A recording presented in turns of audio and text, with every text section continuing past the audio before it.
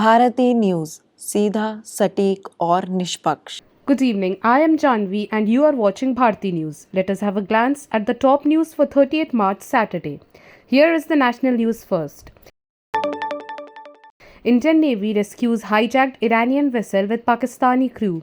The Navy has carried out an operation to rescue a hijacked Iranian fishing vessel AI Cumber 786 and its crew of 23 Pakistani nationals, the Navy said late Friday evening, adding that the pirates have surrendered. As per the Navy, based on inputs of a potential piracy incident on board the fishing vessel late Thursday evening, 2 warships were diverted to intercept the vessel.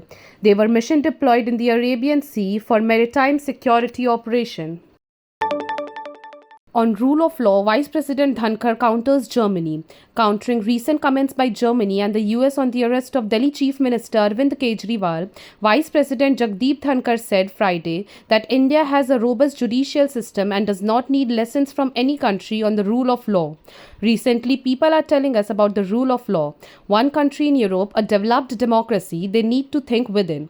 They need to attend to their own affairs, Dhankar said in his address at the 78th Founders' Day celebration of the Indian Institute of Public Administration in New Delhi. India and Ukraine talk war and peace summit in Switzerland on table as well. In his first visit to India, Foreign Minister of Ukraine Dmytro Kuleba met External Affairs Minister S. Jaishankar on Friday and held sincere and comprehensive talks on the peace process to end the ongoing Russia-Ukraine war, including India's participation at the peace summit being organized by Switzerland. Over 3 months, Indian Embassy rescues 75 Indians trapped in cyber slavery in Cambodia. Around 130 complaints of Indians trapped in Cambodia have been received by the Indian Embassy in Phnom Penh, and as many as 75 people who were forced to carry out cyber frauds there have been rescued so far, said Avran Abraham, Second Secretary, on Friday. Congress should fulfill tax obligations instead of making allegations, BJP. A certain family of the Congress believes that they should be exempted from the rules and the special laws should apply to them.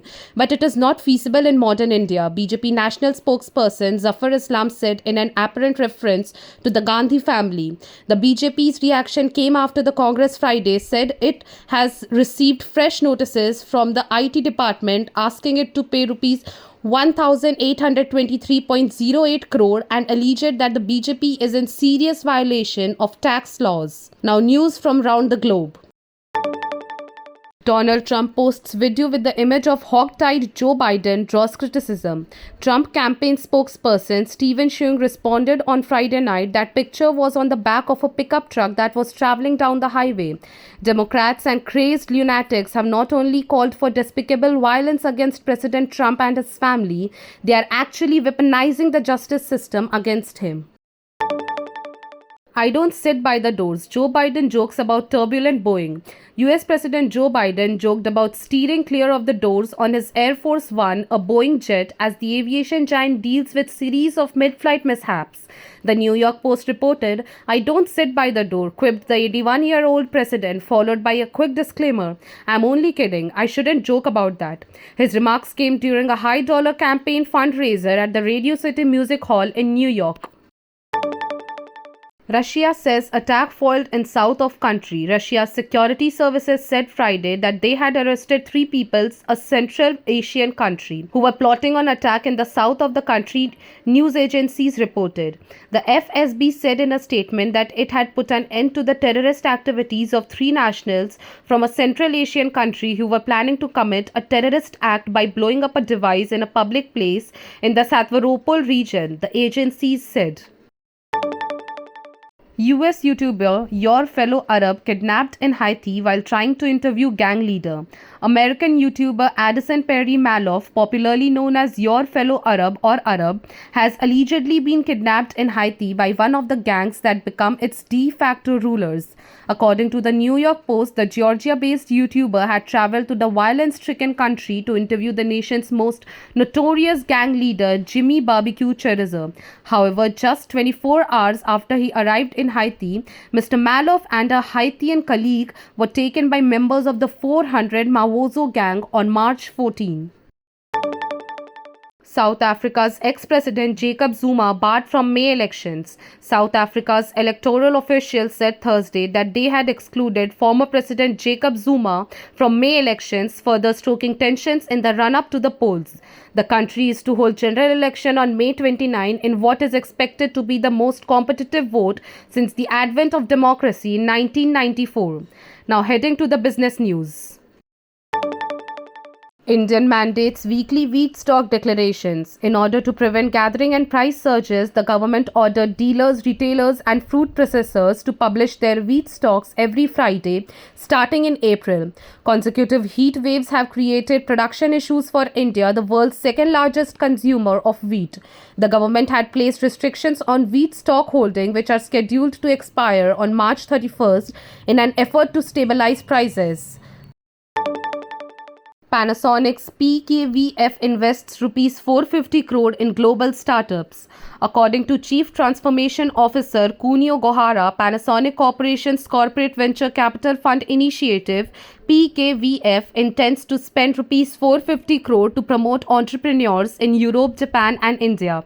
In order to improve people's life and address global social concerns, PKVF focuses on new lifestyles, food, energy, decarbonization, well-being and spatial infrastructure.